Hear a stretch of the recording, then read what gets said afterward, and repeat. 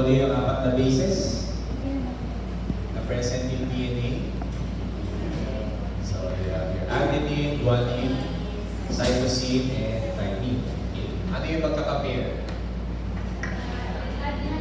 Adenine and thymine, guanine, and cytosine. Okay?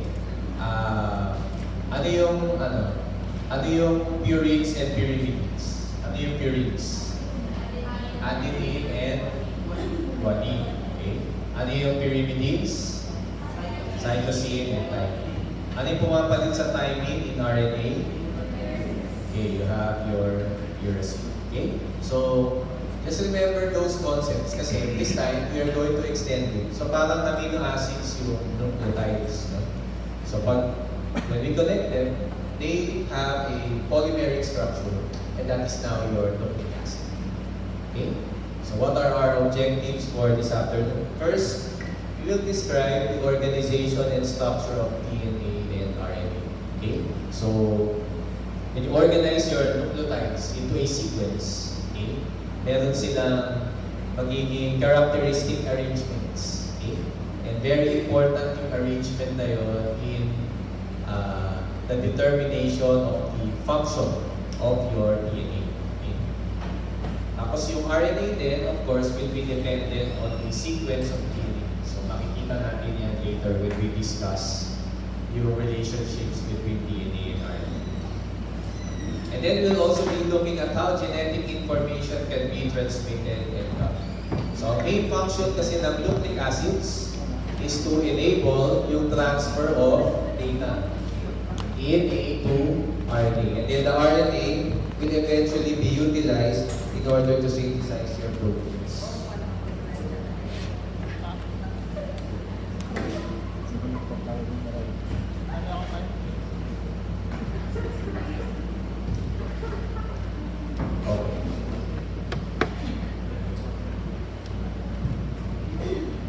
So last, we will also be identifying the different types of informational molecules. So ano yung mga informational molecules na to? Of course, your DNA and your RNA.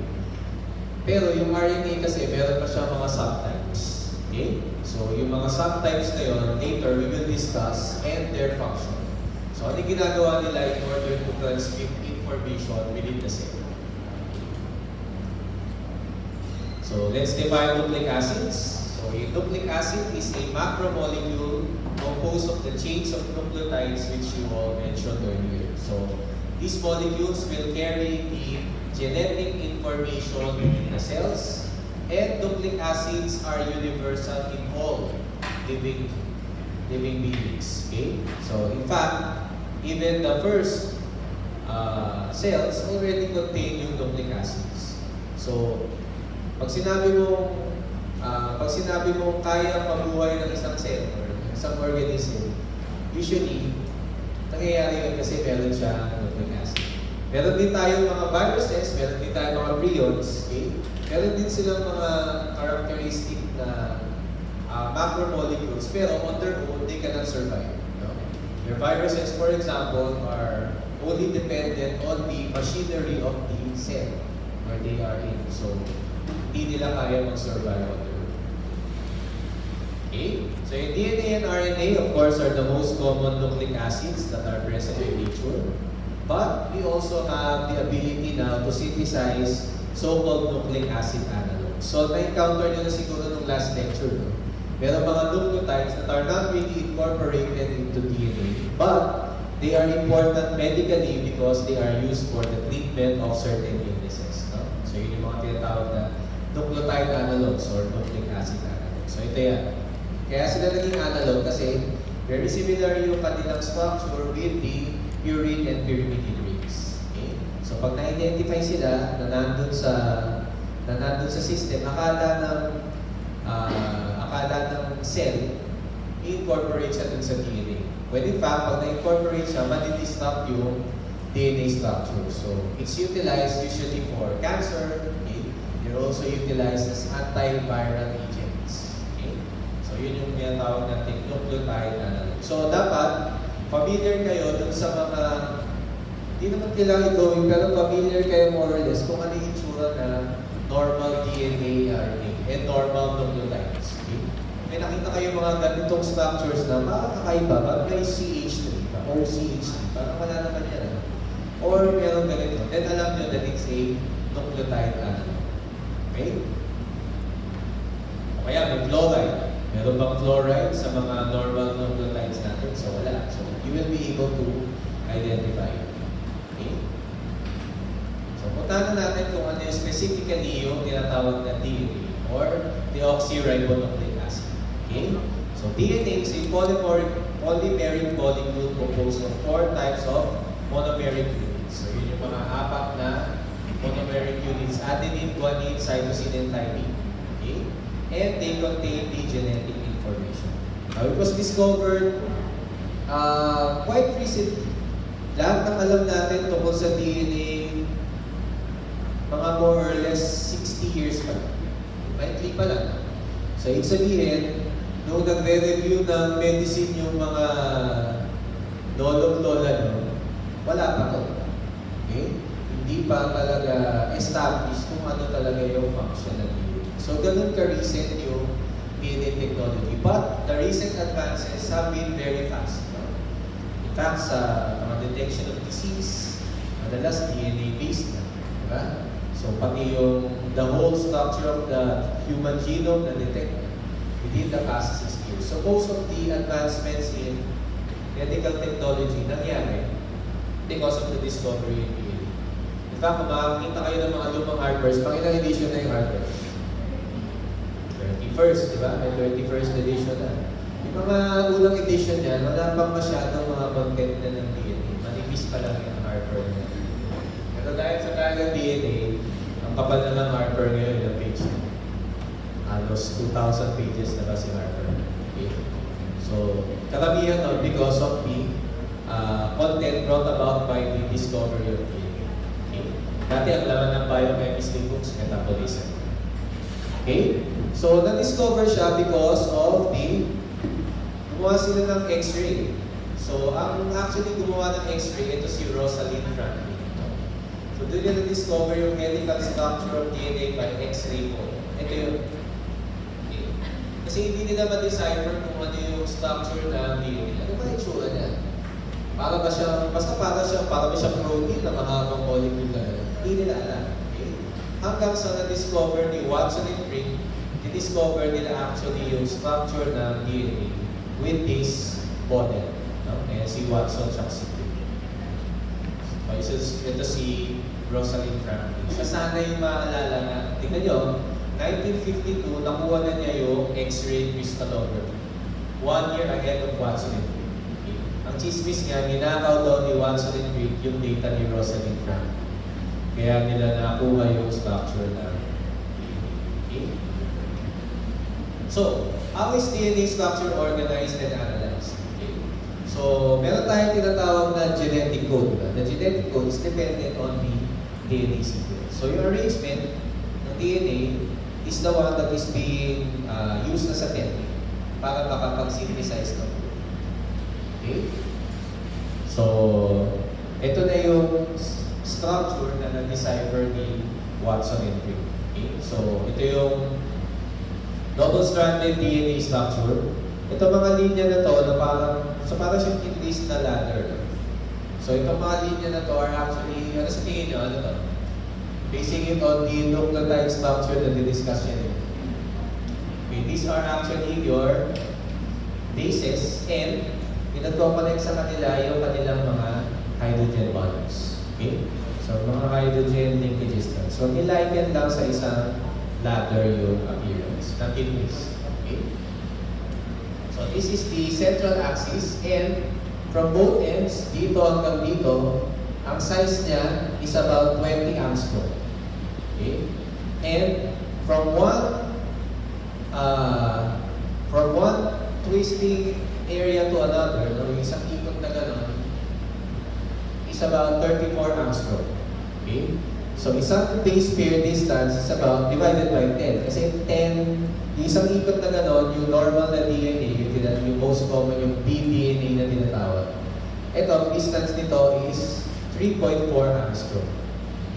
Okay? So, 10 ganyan, yung isang ikot. So, 34 angstrom yung distance na dinesignate. Okay? Tapos meron tayong tinatawag na groups, yung major group tsaka yung minor group. So yung major group, yun yung distance na to. Okay? Yung minor, yun yung space lang in between dun sa mga bases. Okay? So anong use ng mga groups na to? Diyan kasi pumapasok yung mga enzymes and yung mga iba pang molecules that interact with DNA. Okay? So yun yung parang entry point nila. Yan yung space kung saan sila pwede lumusok. Okay? Mahirap dito sa minor group kasi nandito na yung mga bases. Okay? So mas maluwag dun sa major group. No? Mas makaka-enter sila or makaka-interact through this space. Okay? Ayan. So alam niyo na siguro kung bakit tatlong line yung between CG and dalawang line yung sa AT. Ha? Sinabi na from the last lecture. Bakit yung CG, tatlo yung buhit, yung AT dalawa? Corresponding to the hydrogen bonds. Anong reason for this? It is because dun sa structure, okay, tatlo yung pwedeng mag-hydrogen bond dun sa cytosine and guanine. Whereas dun sa adenine and thymine, dalawa lang ang pwedeng ma-form na hydrogen bonds. Kaya dalawa lang yung buhay. Ano yung significance nun? Mas magiging stable ang interaction ng cytosine and guanine. Mas matibay siya. And therefore, it is more difficult to separate DNA that has a lot of cytosine and guanine segments. Okay? Kaya yung mga tinatawag na mga primers, o yung nag-i-initiate ng mga replication, transcription, madalas yun, ang mga DNA bases nila, yung AT lang, para mas madali silang i-separate. Okay? Kasi pag maraming CG, mas mahirap, more energy is needed to separate the DNA strands. Okay? Okay. So again, this is the major and minor group. So certain proteins also bind to DNA, as I mentioned earlier, through those groups in order to facilitate transcription or replication. Okay? So again, ito yung mga bases. Okay?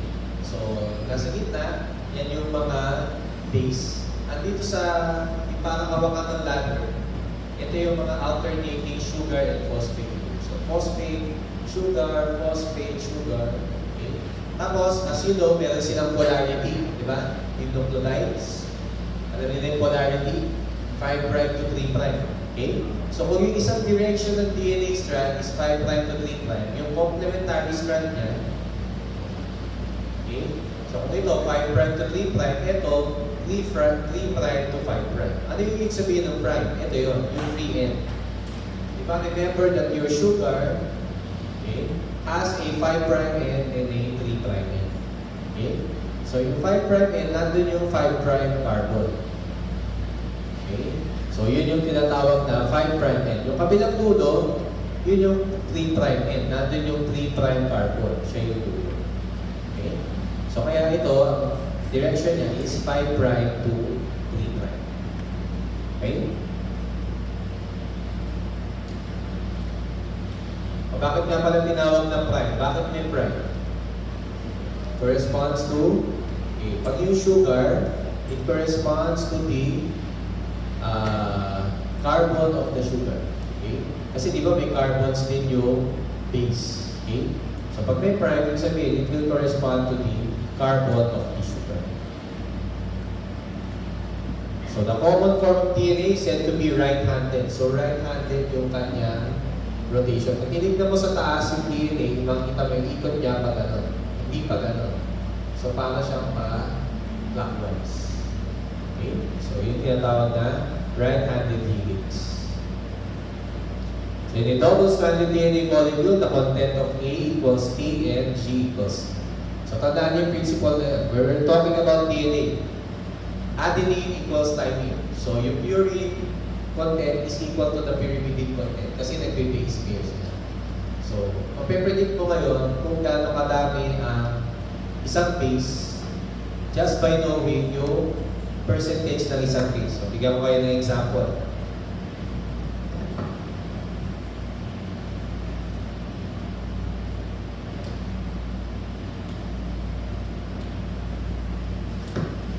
Okay. So, for example, sinabi na yung DNA, So, kanyari sinabi, 30% is additive. Okay, sa DNA. Ilan sa tingin nyo ang typing? 30 din, di ba? Kasi magka-base pair sila. So, ilan na lang ang natitira? 30 plus 30, 60. So, may natitira 40. So, i-divide ko ngayon yung 40 sa 20%. Diba? So, ano yung 20% na yun? Yung guanosine, guanine, tsaka cytosine. So, kahit alam mo yung isa lang, added lang, malalaman mo yung percentage ng ibang DNA because of the base pairing rules. Okay?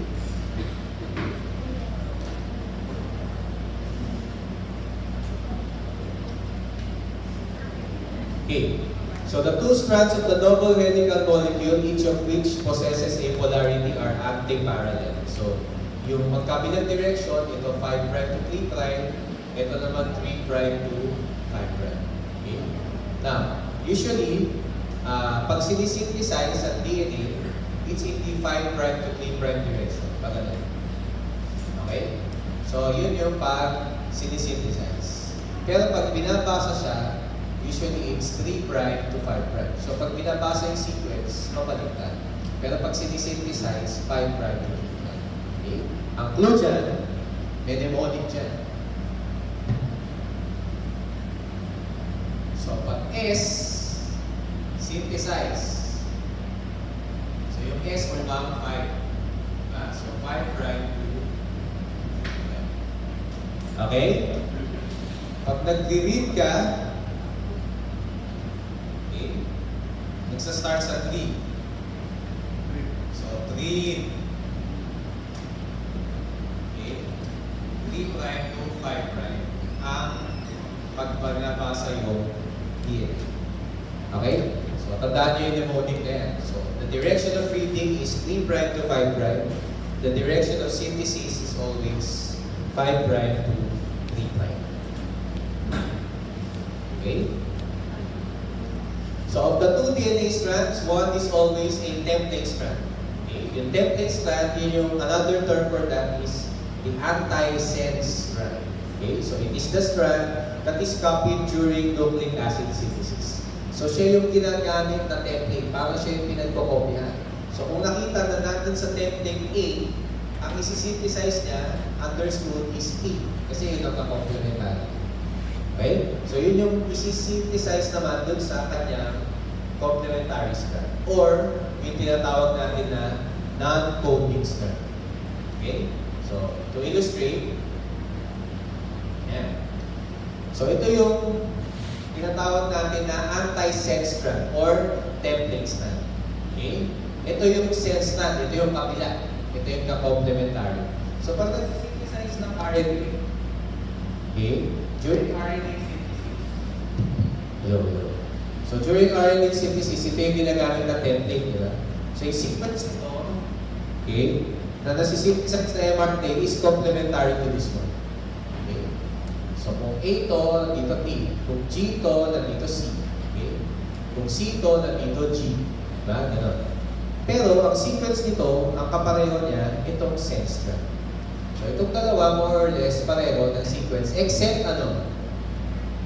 Sa T. Kasi yung T, papalitan dito na U. Okay? Pero in terms of sequence, pareho-pareho sila. So, mRNA is similar to the sense strand, except that the T is replaced by U. Okay? So, yung anti-sense, ito yung ginagamit na template para ma-synthesize yung messenger RNA. This is during transcription. Okay? So we'll go more into the transcription process during the succeeding lectures. Okay. So ito yung RNA segment naman. Pag RNA, single-stranded lang. So kaya may U din. Okay? Pero parehong-pareho din sila. Pag yung DNA, tinanggal mo yung complementary strand na more or less, parehong-pareho na structure sa RNA. Okay? So there are approximately 6 forms of DNA. Yung B form is said to be the most common. Okay? It's mostly seen in cells. Okay? So ito yung sinasabi natin, no? The GC bonds are much more resistant to denaturation. Pag sinabi ng denaturation, yung magsiseparate sila into one strand and another strand. Okay? So another term for denaturation is melting. No? So, yung tinatawag na melting temperature, yun yung temperature kung kailan magsiseparate yung dalawang DNA strands. Kasi pag ininit mo yung DNA, when you heat it, they separate into two strands. Okay? So, depende yung melting temperature, kung kailan sila maghihiwalay, depende sa dami ng GC bonds. Pag mas maraming GC, usually mas mataas yung melting temperature. Kasi ano yung sinabi ko kanina? Mas mahirap i-separate ng GC kasi mas marami siyang hydrogen bonds. Okay?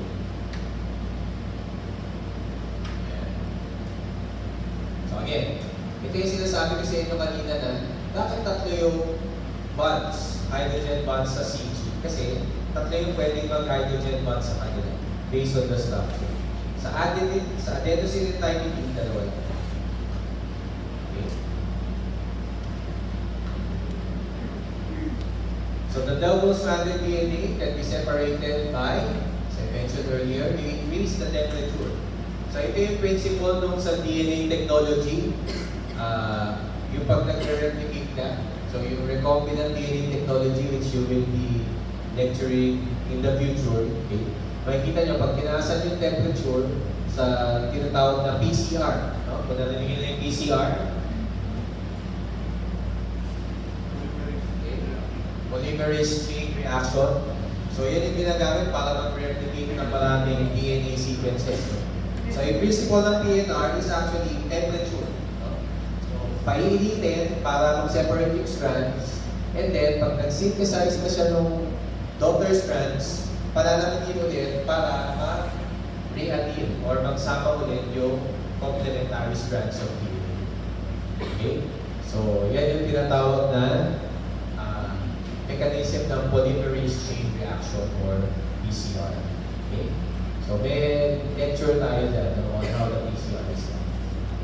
Or you can also modify the salt concentration. Okay? So the separated strands of DNA will renature or will reassociate when appropriate physiologic temperature and salt conditions are achieved. Yun yung tinatawag natin na hybridization or reannealing. Okay? Okay. Now, in prokaryotes such as bacteria, yung DNA structure nila is actually circular, pabito. No? So, complementary pa rin, pero wala siyang ends, wala siyang open ends. Hindi kagaya na sa animal DNA na may 5' and 3'. Ito wala, kasi nga circular. No? Pero, twisting din siya. Helix din siya. Okay? So, this does not destroy the polarity, but it eliminates the 3' and 5' ends. Okay? So, yun ang bacterial DNA. Okay? Now, yung mga closed circles na yun, di ba pag nag-twist ka, kung may rubber band kayo, pag tinwist mo, ito, pag tinwist mo ito, yan, baka masira. Baka masira yung ano. Okay, ito, pero ito.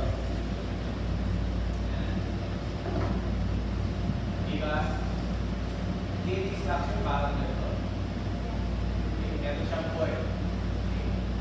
So normally, ganito lang yung coil niya. Medyo, yan. Yan. Kaya pag nagkaroon ng super coil, masyado mahigpit. Yung tinatawag na super coil. Okay. Pag under coil naman, ito. Masyado maluwag. Okay? So, bakit nangyayari yung sumisikip or lumuluwag? Kasi, remember, kailangan siyang i-replicate or i-transcribe. So, kailangan makapasok yung molecule. So, paluluwagin siya. However, pag lumuwag siya, kung mapapansin nyo na lumuwag, may segment na sumisikip. Diba? So, nagkakaroon ng undercoiling dun sa isang portion, kasi supercoil naman yung ibang end. Okay? So, nagpo-form ka ng negative supercoils when the molecule is twisted in the direction opposite from the clockwise surge of the right-handed double helix bound in DNA. So such DNA is said to be underwound. So pag underwound siya, maluwag siya. So dahil maluwag, pwede ngayon pumasok yung mga ibang molecules doon or enzymes in order order to interact with the DNA para sa replication or transcription. So, ito yung tinatawag na mga supercoils. Now, how do you remove these supercoils, yung positive or negative? Ang kailangan, para matanggal siya, pwede mong gupitin. Okay? Pwede mong gupitin yung DNA, tanggalin mo yung coil. Pagka nawala na yung coil, ipagsama mo ulit, pagdikitin mo. No? So that is how you remove positive or negative supercoils. Okay? Ang enzyme na gumagawa nun, yung ginugupit para mawala yung coil, are called your DNA topoisomerases. Okay? So yung DNA topoisomerases na very important siya kasi it maintains the integrity of the DNA helix even after replication or transcription. Okay? So they can relax or insert supercoils. And ang pinakalapat-aralan dito sa DNA topoisomerases is yung topoisomerase 4 or your bacterial DNA gyrase. Okay? So itong bacterial DNA gyrase will introduce negative supercoils or it will relax your positive supercoils. So, paano ma-relax? Gugupitin na yan. Pero kailangan na ng ATP in order to do that. So the ability of gyrase to relax positive supercoils comes into play during DNA replication. So very important for DNA replication of bacteria is the ability to remove those supercoils. That's why if you inhibit this enzyme in bacteria, ano nangyayari sa bacteria? Hindi sila makakapagparami. They will not be able to replicate. And actually, we have antibiotics that are utilizing this mechanism. Inhibition of DNA gyrase. Yun yung drug na tinatawag na as a group, quinolones. Okay? So kung narinig mo na yung ciprofloxacin, okay? Levofloxacin, ofloxacin, norfloxacin, yung mga antibiotics na yan, pinigil sa inyo, yun ang mechanism of action. Inhibit DNA gyrase in order to inhibit the replication of your bacteria. Okay? So, ano ulit ang function ng DNA? So, it provides a template for replication and transcription. It is also the source of information for protein synthesis. Although indirect, kasi dadaan pa siya sa RNA. Okay? It also provides information for inheritance. Okay? So, kunyari, yung bakit magkamukha kayo ng kapatid nyo or kamukha niyo yung parents nyo? Okay? Bakit hindi nila lang kamukha si Miss Universe? Bakit kayo naging bansot? Hindi kayo umabot ng 5'10". All of those are genetic. Hindi pa pwedeng tumapilin kayo sa matangkad. Tatangkad na rin kayo. So, malabo pangyayari doon. So, DNA is the basis for that inheritance. How you wish ka? Sana, tabihan nyo, baka sakali magkaroon. Sa bacteria kasi may gano'n. Kung mabilang yung bacteria, pwede nyo makuha yung DNA. Matututunin niyo sa micro. Kasi sa tao, walang gano'n. Pag tumabi kayo sa bacteria, infection na nakabutin nyo. Okay. Okay. Now, let's look at how DNA is replicated. So, in replication, ang tawag sa mechanism niya is semi-conservative. Okay. So, di ba, meron tayong conservative, meron tayong liberated. Okay. Siya semi-conservative. So, ano yung sabihin nun? Pag tawag semi-conservative, ano yung sabihin?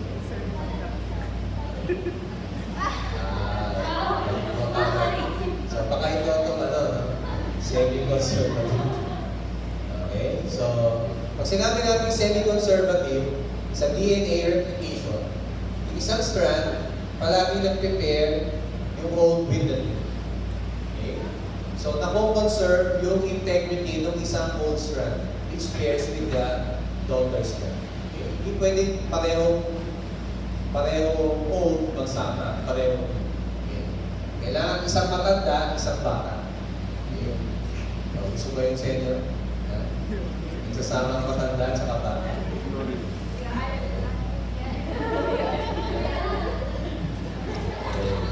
Bahala na kayo sa buhay nyo. Okay.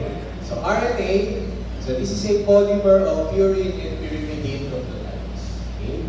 So, yung difference ng RNA sa DNA, ito single-stranded, ito double-stranded. Tapos, yung uracil replaces thymine. Pero otherwise, yung kanilang basic structure, pati yung kanilang mga sugar and phosphates, pareho-pareho yun. So, ano yung mga differences nila? Of course, the sugar, so deoxyribose and ribose. Alam niyo na to, no? Na-lecture na to last time. So, what's the difference between deoxyribose and ribose? So, yung pyrimidines naman, yung uracil ang pumalit sa RNA, pinagkan si thymine. Okay?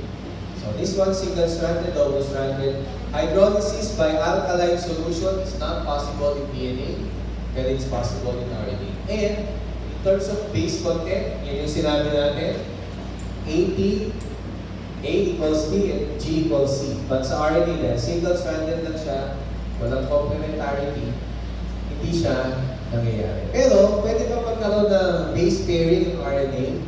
The answer is yes, no? Remember, single-stranded siya, pero pwede siya mag-twist. So, kung meron kang single-strand na RNA that twists as a loop on its own, so pwede mag-base pair yung mga sequences na to na magkalapit, no?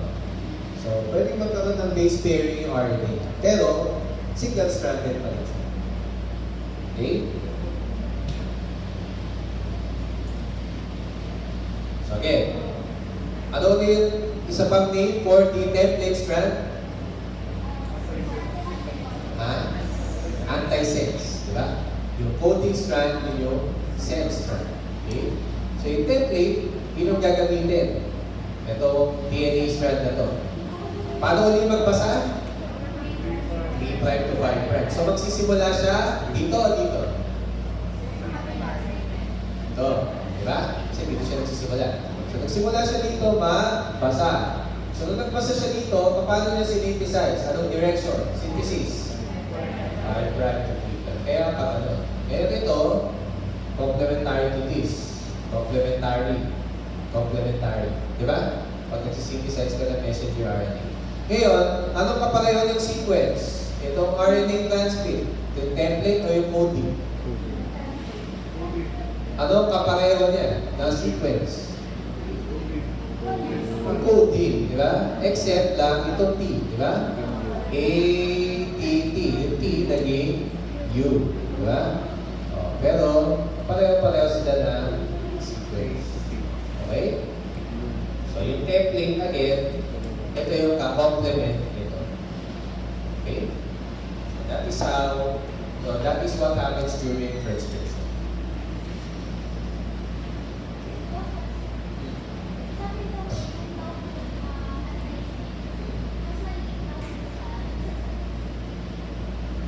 Mas maliit. Actually, pag nagkakaroon ng replication, talagang lumiliit ang DNA strand. Kasi yung dulo hindi na nasasama dun sa replication. Kaya masabi nila, one of the factors in AP is the shortening of the DNA strand. Okay? Malalaman niyo pag nag-discuss tayo sa AP. So yes, in a way, talagang umiikli siya ng umiikli after replication. Kaya nababawasan yung mga strands ng DNA as you grow old. Okay? So habang tumatanda, one of the mechanisms in aging is actually the shortening of your DNA strand. Buti na lang, meron tayong mga molecules na tinatawag na telomerase. Kasi it extends the telomeres. Telomerase. Telomerase na yan yung nag-restore nung length ng DNA strand. Okay? Ang problema, yan ding telomerase na yan is one of the reasons why cancer cells propagate. Okay? So, maganda na sana, no? Anti-aging. Kaya wala kang telomerase, hindi ka natatanda. Problema, magkakaroon pa naman ng cancer. Okay? So,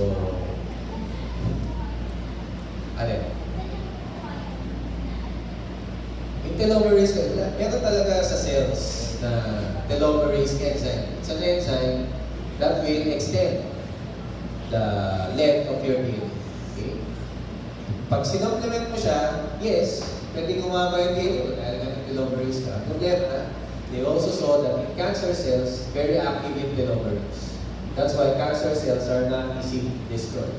Kasi nga, yung content niya ng telomerase. So in the same manner, pag nag-supplement ka lectinide ng telomerase as an anti-aging, as for anti-aging, pwedeng humaba yung DNA mo, pero magkakaroon naman ng cancer cells. So, just the same, mamamatay ka pa rin.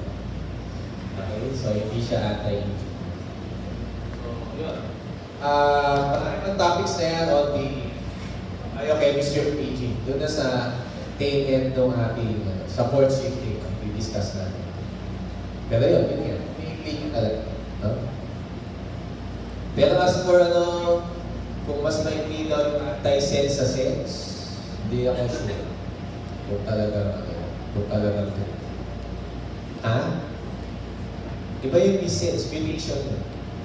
So, missense is a mutation. Pagka hindi na-maintain integrity ng sequence pag kinopya, nagkakaroon ng tinatawag ng missense mutation. Yun yata yung lecture nyo next year pa na. Next year na yun. Okay. So, malalaman nyo kung ano yung different types of DNA mutations. Okay. So, pagkana natin yung mga iba't ibang types of RNA. So, first, yung tinatawag natin messenger RNA. Ito yung sinasabi natin kanina na pag transcription, yung pinapakita natin. So, yung matatranscribe is actually messenger RNA. Okay? Pero bago siya maging messenger RNA, tinatawag mo na siyang hnRNA. Okay? So, yung hnRNA is the precursor of messenger RNA. Kasi, kailangan mo na magkaroon na